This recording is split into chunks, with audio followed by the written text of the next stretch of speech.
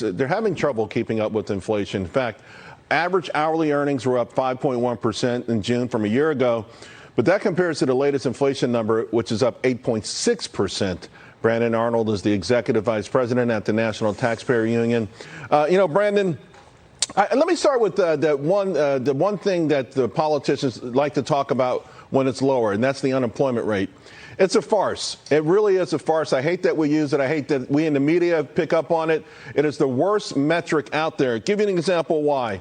353,000 people left the labor force last month. 353,000 left. That's why the number is where it is right now. That's not exactly a booming economy, is it? No, that's exactly right. We see a labor force participation rate in the low 60s. That's very, very low. Some of that is due to demographic shifts. Some of that is certainly due to spending programs that have been created during the pandemic that have effectively kept people out of the workforce because it's paid them not to work. We need to get people back into the workforce. That is a more reliable predictor of the health of this economy, which I think is actually in pretty shaky territory despite what the president says. You know, it's ironic about what you say because I interview these big Wall Street folks every single day, and many of them brag about the fact that they save as much as $2.5 trillion in excess savings. I never heard of excess savings, but nevertheless, it's all that stimmy money out there. Some of it's still sloshing around. But isn't the irony is that that's what really sparked this inflation thing? And it's your purchasing power, it gets less every single day.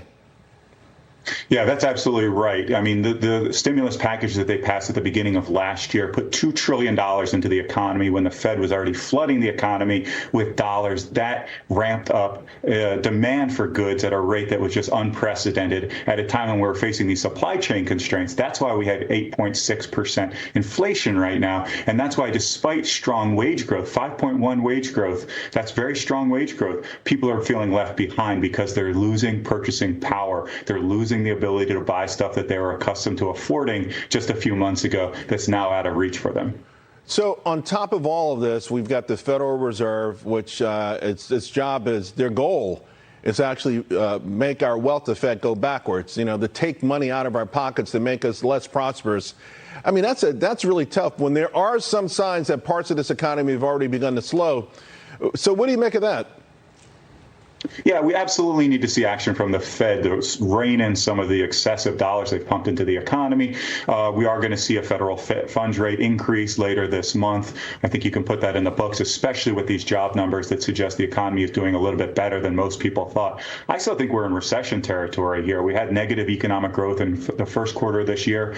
Preliminary data from the Atlanta Fed suggests that we might have had negative growth in the second quarter. We'll see later this month if that's true or not. But I think we need to proceed with a great deal of caution here, and by no means should Congress be contemplating a $1 trillion tax increase. That's just absolutely ludicrous. You just read my mind. We're 4 months out from the midterms, and there's going to be some sort of Hail Mary from this administration, and it will include tax hikes. We heard a little bit of that today on the rich, pay their fair share, but also pumping more money into an economy where I just said that, the experts say there's almost $3 trillion extra already.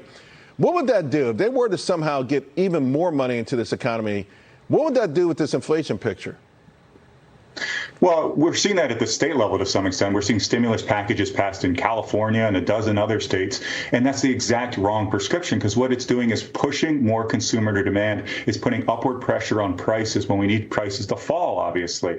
And some of the strategies that we're hearing from the Democrats on Capitol Hill are really, really concerning. That tax people until they're poor, and then they can't afford to buy stuff, and that'll bring down inflation. That's just an absolutely backwards mentality that's really, really unfair to Americans, especially people in the working class that are barely getting by in this economy. So bottom line, before I let you go, we're in for a tough ride, bottom line. Oh, no doubt about it. We're in for a very rocky ride, and I wish we had a better, steadier hand at the till right now. But unfortunately, I don't think this president is pointing us in the right direction, and this Democratic Congress, they're not much better. It's so crazy. We came into last year so ready to erupt, pick up where we left off February 2020. Did not have to be this way. Brandon, thank you so much. Really appreciate it. All right, so the question, of course, is what's the impact?